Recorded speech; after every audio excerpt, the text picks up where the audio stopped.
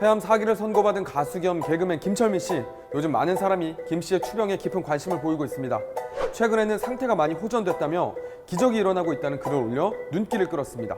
얼마 전 안타깝게 사망한 유튜버도 있습니다. 직장암 4기였지만 병원의 항암 치료 권고를 거절하고 자가 치료를 하며 특별한 추병기를 영상으로 공유해왔습니다. 이 두 사람의 공통점, 모두 이 약을 먹었다는 점인데요. 오늘 3분 뉴스는 논란의 약, 이 개구충제 펜벤다졸에 대해 이야기해봅니다. 인류가 정복하지 못한 병이 몇 가지가 있죠. 그중 암은 그 이름만으로도 참 무서운 병입니다. 그런데 얼마 전 개구충제로 암이 완치됐다는 조 티펜스라는 사람이 등장했습니다.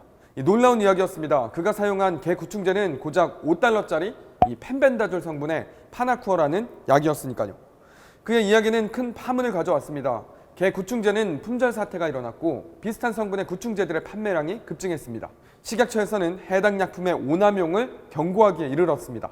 그런데 이 개구충제 정말 효과가 있는 걸까요? 사실 구충제의 항암 효과에 관한 연구는 새로운 이야기가 아닙니다.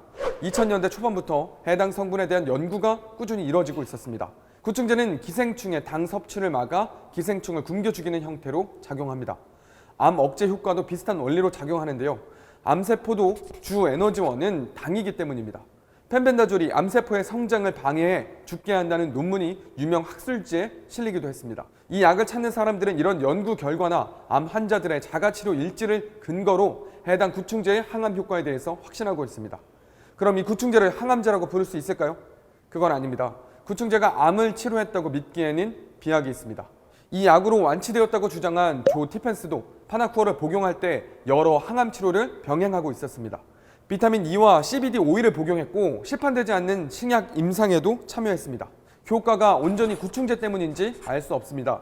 유튜브와 블로그 등 인터넷을 통해 올라오는 많은 자가치료의 기록들도 변수가 통제되지 않은 상태에서 얻어진 결과입니다. 다른 암 환자에게 똑같이 적용하기엔 위험 부담이 큰데요. 펜벤다졸의 항암제로서의 개발 가능성을 배제할 수는 없지만 이미 임상을 통과한 인증된 항암제보다 더 효과적이라고 말하기 어렵습니다. 임상실험을 진행한다 해도 막대한 비용과 기간이 걸림돌로 작용하고 무엇보다 임상시험 통과를 장담할 수 없습니다. 펜벤다졸의 오남용을 막으려는 식약처의 우려는 지극히 당연합니다. 임상 결과도 없는 약을 국민을 대상으로 먹으라고 할 수는 없는 일이니까요. 식약처는 펜벤다졸은 사람을 대상으로 효능 효과를 평가하는 임상시험을 하지 않은 성분이라고 못 박았습니다.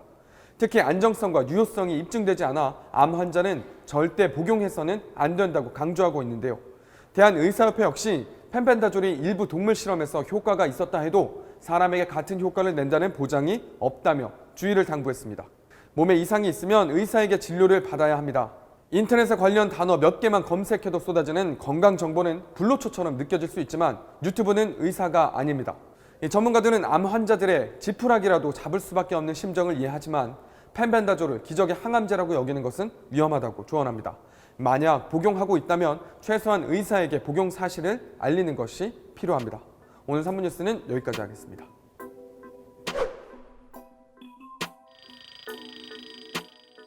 빈 상자만 간신히 구했는데 제가 실제로 이거 좀 취재를 하면서 남아있는 약국을 간신히 찾아서 방문을 했는데 딱 한 상자가 남아있더라고요. 구입은 하지 않고 이렇게 빈 상자만. 말기 암 환자분들은 좀 지푸라기라도 잡는 심정으로 이렇게 좀 절박함 때문에 이 약을 구하시는 것 같아요. 해외를 직접 나가시는 분들도 계시고 그런 상황인 것 같습니다.